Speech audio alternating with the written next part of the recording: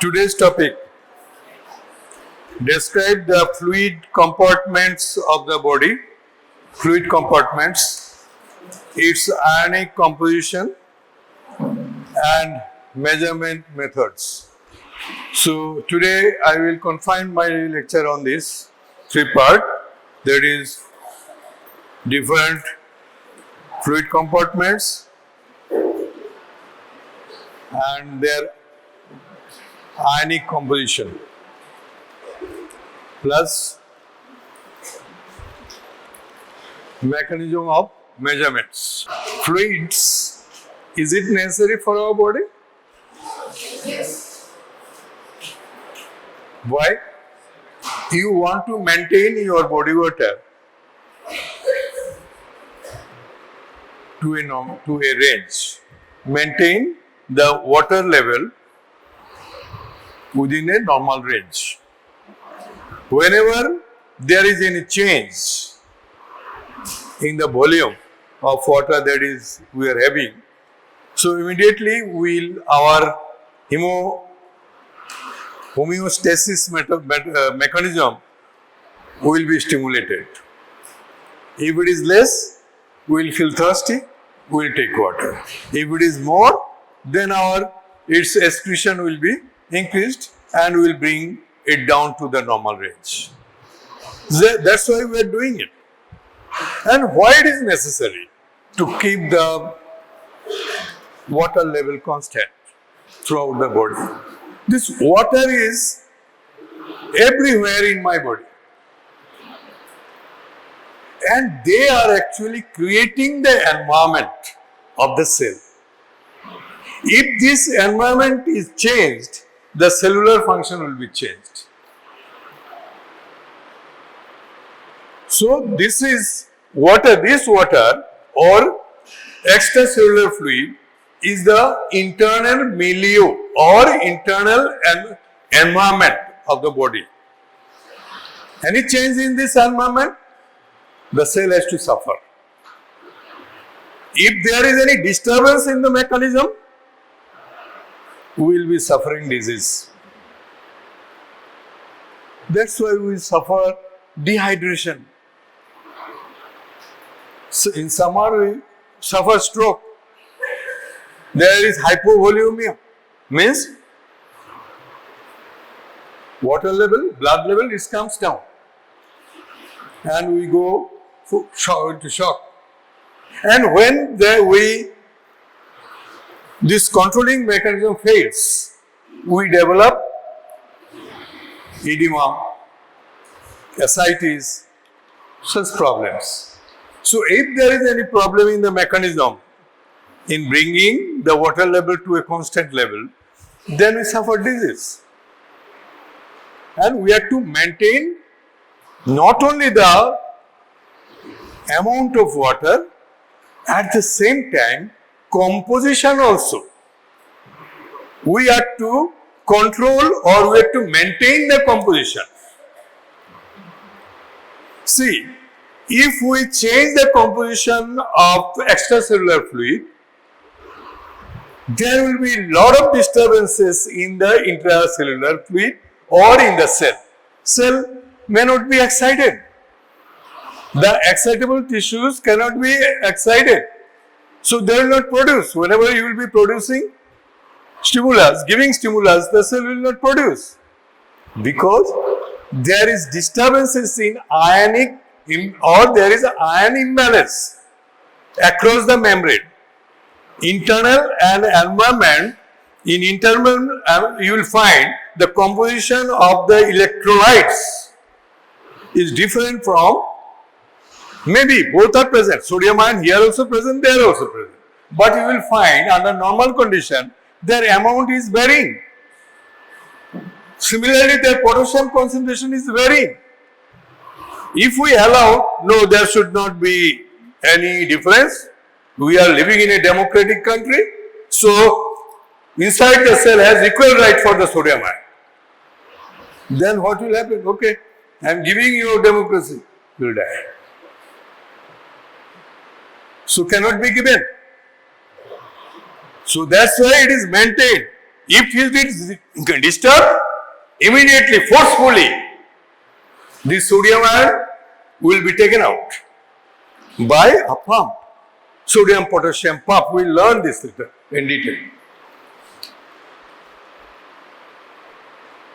So water is important. Moreover, you see how the core temperature, the temperature that is daily or every minute we are producing inside the cell, it's coming out. What will happen to my body pH?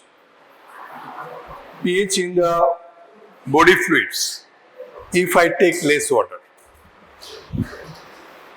If I take less water, means there is dehydration, then what may happen to pH? Will it be becoming acidic or it will be gradually become basic? What may happen?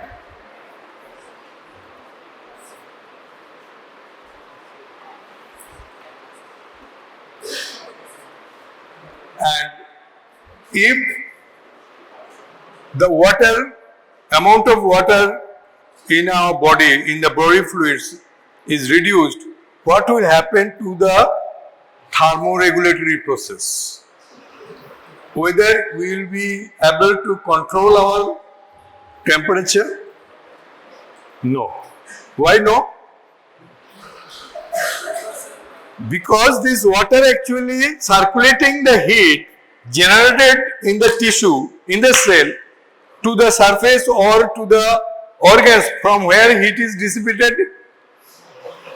So unless water is there, how it will be done? So thermoregulation, it is needed. For controlling pH, it is needed.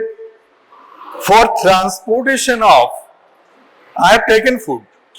If there is no body fluid in my tissue, in my body, then who will carry this food to the tissues? So, body fluids are very important. If composition is changed, if there is imbalance in ionic composition, then the tissue will lose its excitability. It will not respond to the stimuli. My eyes, my receptors in the internal ear, my receptor within my nose, everywhere, they will not be acting properly.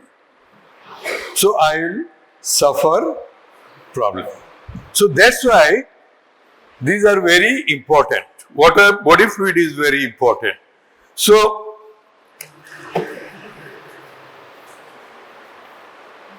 what is the importance for this five only? There are some other, only these five. Metabolic process. Even for metabolism, this is also very much needed.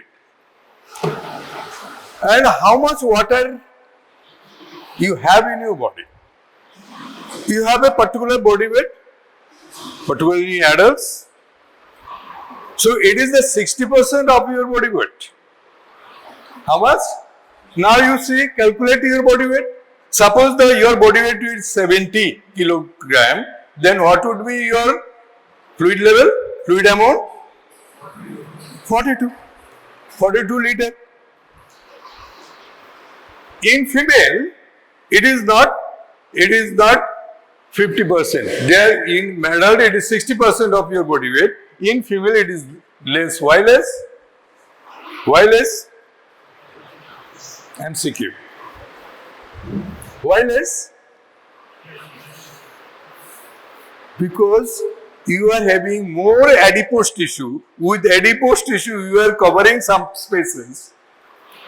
And there is no space for accommodating that water. That's why you have less. Because of you are having relatively more adipose tissue.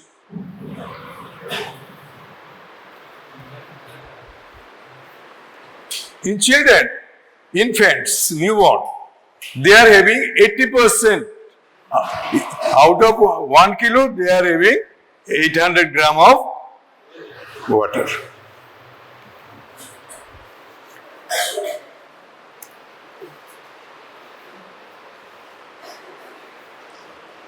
MCQ. You may face MCQ from there.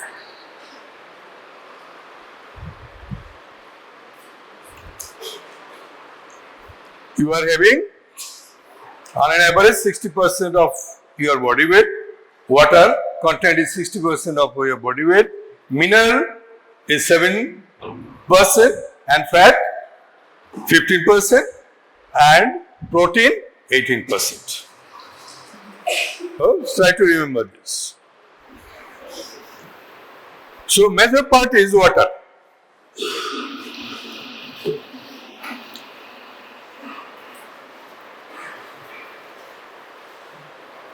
We will divide whatever the water we are having in our body, we will divide into two compartments. One compartment will contain water within the cell. So this is intracellular. Cytoplasm will contain water, contains water. It is that water. Intracellular fluid. And another compartment is there which is outside the cell. So these are called extracellular fluid.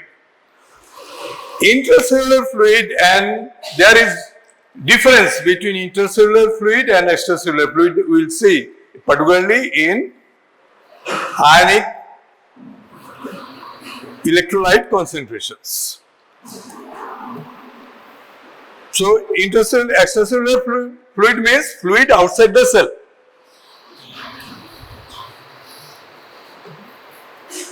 One third volume of the fluid in the body, that is 33%, is actually extracellular fluid, and 2/3 is more fluid is actually within the cell. 2/3.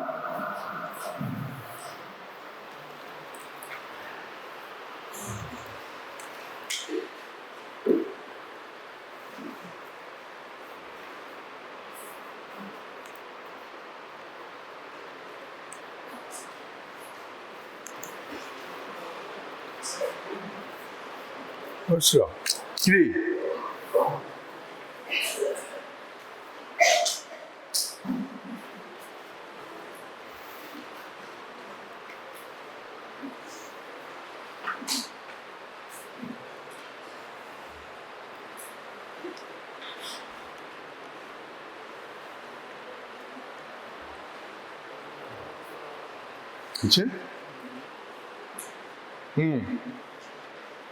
This is the blood vessel. This is the wall of the blood vessel. This is the wall of the blood vessel. This is cell. So what is this? There is fluid outside the cell, outside the blood vessel. Extracellular. And this is intracellular fluid. See, blood and intracellular fluid together forms extracellular fluid. So, blood is there. We will consider blood as one of the component of extracellular fluid. Okay? And not the whole blood. Only plasma. Only the plasma. Plasma is the part of the extracellular fluid.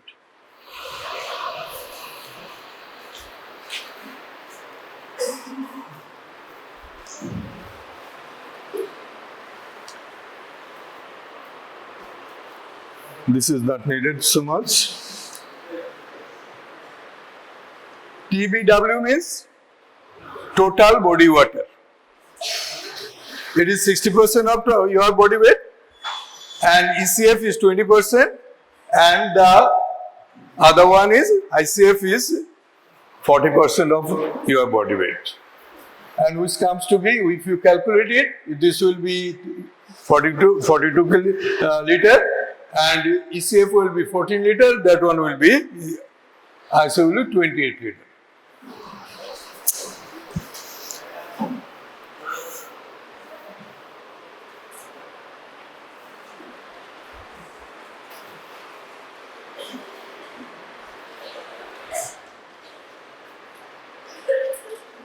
out of total 42 liter of total body fluid, we have classified them into intracellular and extracellular. Amount is 28 and 14.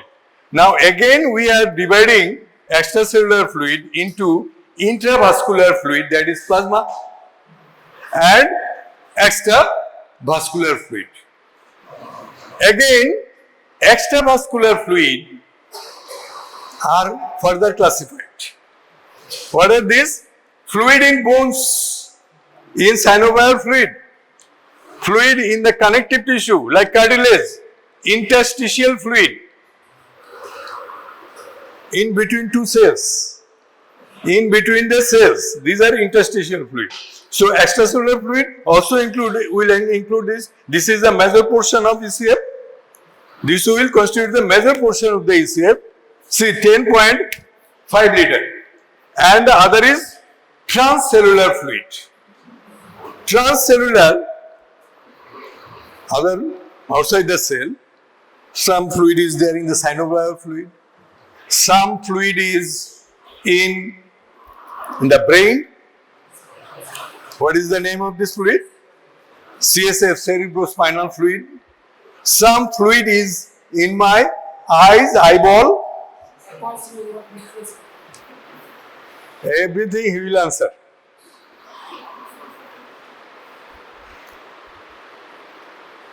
Vitreous humor and aqueous humor. In the ear, internal ear, there is semicircular canals. Some fluid also flowing in the semicircular, and that is maintaining our body posture. So there also we get fluid. And wherever else, fluid in the urinary tract. Some fluid is retained within the urinary bladder. If it is eliminated, the contents of the UV is even then there will be some water. We call, say, if you come after evacuation, some amount of will be remaining within the bladder lumen. That is called residual urine. Moreover, some urine will be there in the ureters. And in the renal, in the kidney, there are renal pelvis. So from the pelvis, ureter is formed. This ureter will enter into bladder. So there in the pelvis, we will also get some water, though it is less in amount. But when there is any renal disease, ureter is obstructed, it becomes dilated. Pelvis becomes dilated. It can be easily diagnosed. There will be pain, and while there is pain, then you go for a sonography, you will find your pelvic calyceal systems are dilated. Okay, so at that time, the amount will be, fluid in the urinary system will be increased.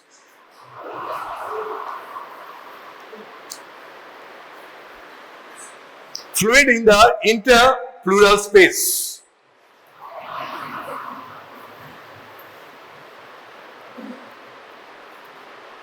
Here.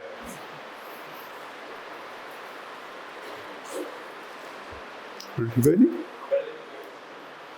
Battery. Eyeball. Fluid. Cerebrospinal fluid.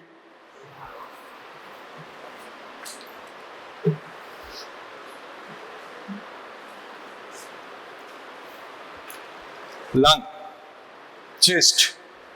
This is the rib cage, and there is one lining. And outside this, there is also another membrane. In between the two membranes, there is a space. This space is called pleural space, and this under normally thin layer of fluid will remain there, but under abnormal conditions like pleurisy, accumulation of fluid in the lung, in the interpleural space. So there it may be accumulated. So this is the accumulation of, this is pleurisy, accumulation of the fluid. So if there is fluid accumulation, then these are, it comes under which category? Intracellular or extracellular?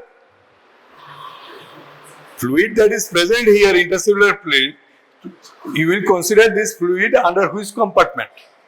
Intracellular or extracellular?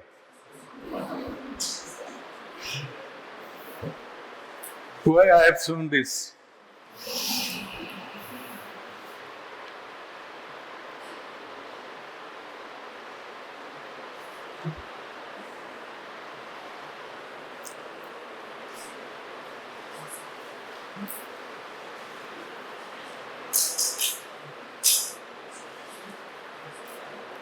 Interpleural fluid, it is transcellular fluid, one kind of transcellular fluid.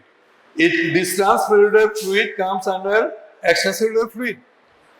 See, so this is one kind of transcellular fluid. There are other transcellular fluids. You secrete saliva. Saliva contains water. You secrete gastric juice. There also you will be having water. You secrete pancreatic juice, you will find water there. You secrete bile, you will find there. So wherever there is serous secretion, these are called serous secretions, so there you will find water there. So this water also comes under extracellular fluid. So total amount of transcellular fluid is only 0.5 liter, very negligible. Even then they are very important. Though negligible, even they are very, very important. You think about your eyes. If there is fluid level in the eyes, in the ocular space, so then there will be problem.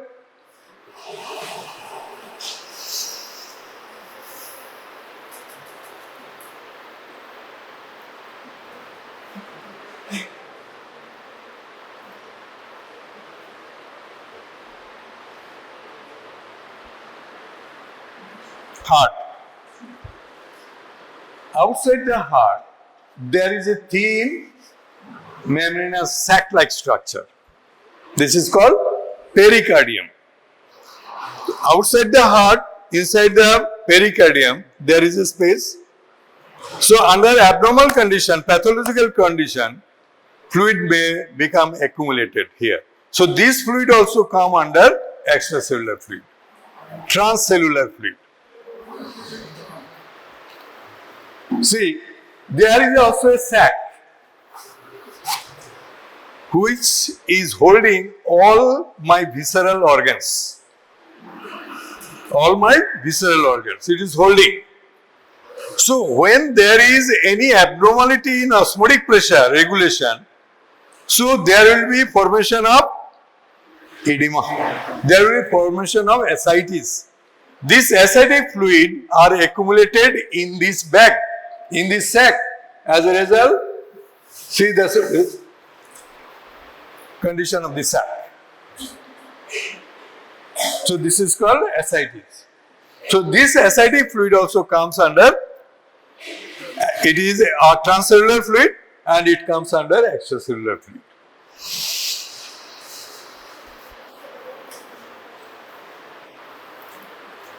This fluid can be seen here. This is an echography, sonography of heart, echocardiogram outside the ventricular wall. So there is some fluids. So it indicates that you are having pericardial effusion.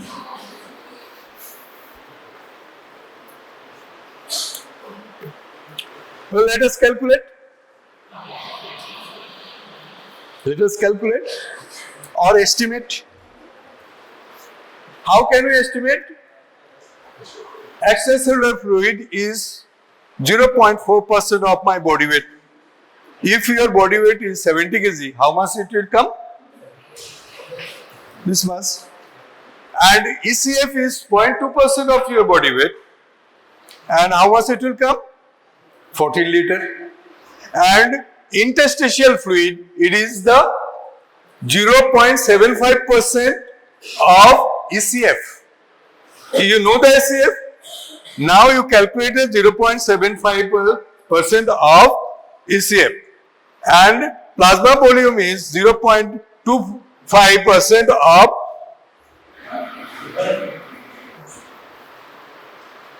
ECF.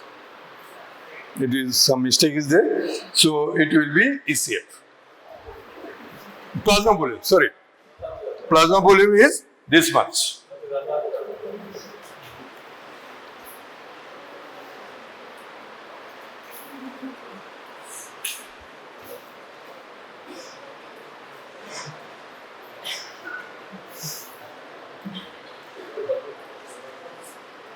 Now you can calculate, if body weight is given, you can calculate percentage is given. So in that way you can calculate the volume of different fluid compartments. Difference between ECF and ICF, particularly in ionic composition. See, sodium level outside the cell, sodium level inside the cell.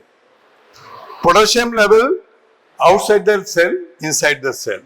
Where is it? It is more potassium level. Where it is more? In ICF. Okay, but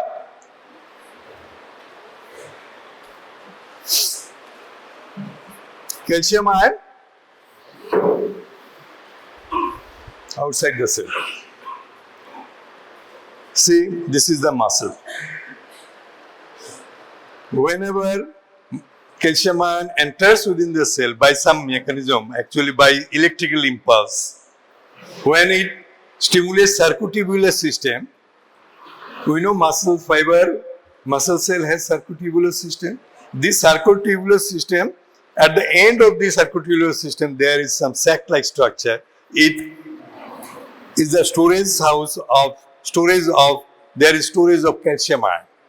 So when this calcium ion is liberated, when nerve impulse passes through the membrane, sarcolemma, we call the cell membrane of muscle cell sarcolemma. So when the stimulus will come, will enter through the circuitubular system and come to this sac, it will liberate calcium ion.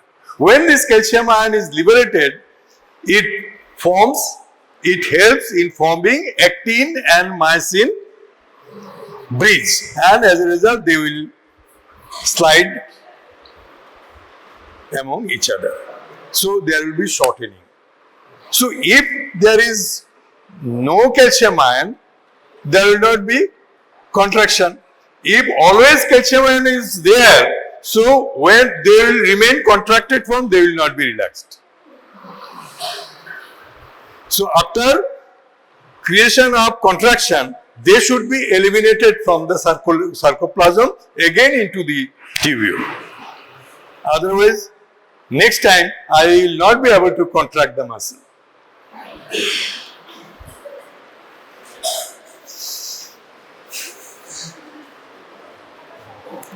This is important for your exam. See, in the heading one, what is the composition of ECF and ICF, different body fluids. So, in ionic composition, difference between the two, it may come. Cationic concentration under normal condition, anionic concentration across the membrane.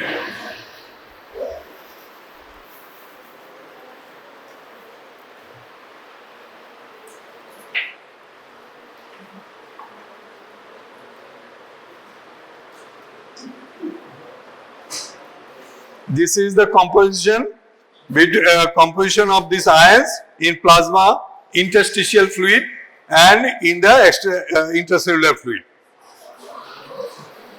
Interstitial fluid means extracellular fluid.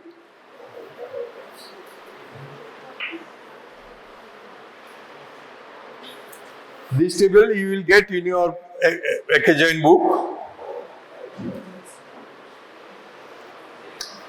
as a whole, sodium ion, calcium ion, chloride ion, bicarbonate, HNO3, sorry, this should be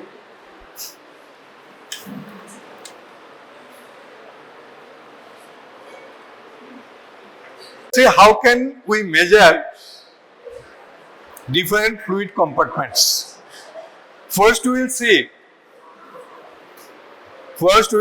how total body water is measured. Total body water is measured. We measure body water using dye dilution principle. Dye dilution principle. What is this principle?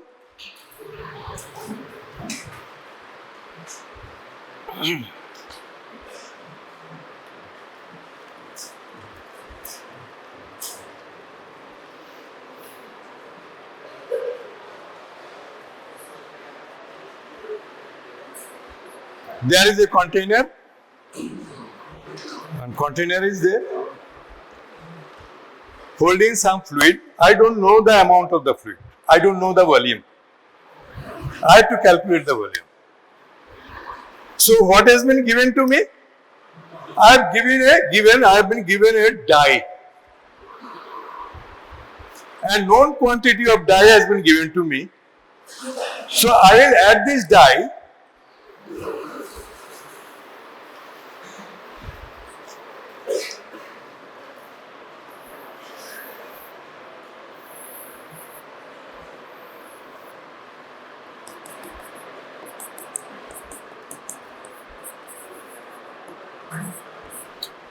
So there is some fluid, liquid is there.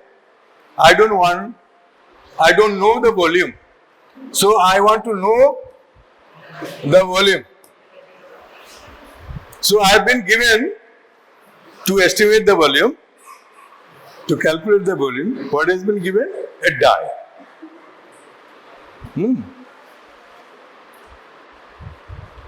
Suppose it is Evans blue. Evans blue. So this dye is having a color. And I know how much blue has been given, dye has been given to me. So I inserted this blue into this. Now it will be diluted. And its concentration will be reduced since it is diluted. Now from this, the concentration of the blue, of this color here, I can calculate using this formula. What is the formula? C means concentration. After adding concentration of the dye in the fluid, and this is the amount of dye, and this is the volume. I don't know. I want to know this. So volume equals to A by C. So A means what? Concentration. And B is the C is the A is the amount of dye injected. That is Evans blue I added. So from this equation, I can calculate if A is known, C is known, automatically B can be known. This is the principle, dye dilution principle. Using this principle, I can use total body water. I have to choose one substance that will, there is a particular quantity I have pushed in my blood. Then what will happen? This will be circulated. It will go to outside the blood vessel through capillaries. From there it will enter within the cell. They will remain in the interstitium. All the spaces it will travel. There it will be mixed there very fast. But one thing should be remembered. While pushing this dye to the body, it is non-toxic. It is not eliminated from the body first, and it is measurable. When it is spreaded over the whole body, then what is its concentration then? And in most cases, these are radioactive substances. In most cases, these are radioactive substances. Then, how I will calculate? How I will be knowing? So, while adding a radioactive substance, what is the amount of radioactivity present in the dye? That is known. Again here we can also calculate apply the same principle. Then this dye will be, or this radioactive substance will be circulated throughout it will occupy all the spaces, body spaces, it will be entering everywhere. So now I will, after it is spreaded, now I will measure the radioactivity. So now the radioactivity will be less per amount of per area. So this is done by Geiger-Müller counter. This is called Geiger-Müller counter. With this we can measure the radioactivity. So again I can measure the volume. It is the initial radioactivity and it is the final activity. So then only we can measure. In this way, we can measure the total body weight. So, in this way, we calculate what are the substances that can be used for measurement of total body weight. What are the substances? So, condition is this: the substances should be having following property. What is this? Must mix evenly throughout the compartment. All spaces should remain in the compartment, should not be excreted, should not be destroyed. Neither they will disturb the fluid within the, in this person it may happen, some fluid may be passing from ECF to the interstitial fluid. No. This will not disturb. And must have no effect on its of its own on the distribution of water across the different compartments. Either it must remain unchanged, or during the experiment, and it should be, if it is changed, the amount of changed amount should be calculable, so they are measurable. These are the substances. What is this? Deuterium, write it. Deuterium oxide, tritiated water, that is tritium oxide, antipyrine, amidopyrine. So these are the compounds that are these substances are capable of going to all the compartments.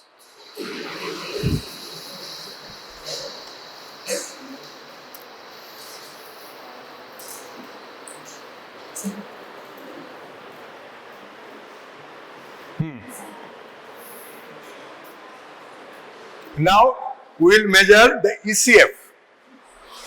Previously we measured what? Total body weight. So now ECF, extracellular fluid, minus intracellular fluid. So we will use such a compound which will enter into we know the total content. Now, if we can measure the amount present in the blood vessel, that is plasma volume, and we can also measure the amount outside the blood vessel. So, if we are become able to measure the fluid outside the blood vessel, that will be the ECF, extracellular fluid volume. Let us see how it can be measured. This can be measured by using radioactive inulin, Ra isotope, radioactive isotope of chloroiodine. Actually, this chloroiodine Here in radioactive inulin is a polysaccharide. It is made up of fructose only. Glycogen is made up of glucose. Starch is also made up of glucose. But here it is inulin is made up of fructose. Mannitol, sucrose, these are the other substances. Now let us see. We will perform one test. What is this? An example. What is this?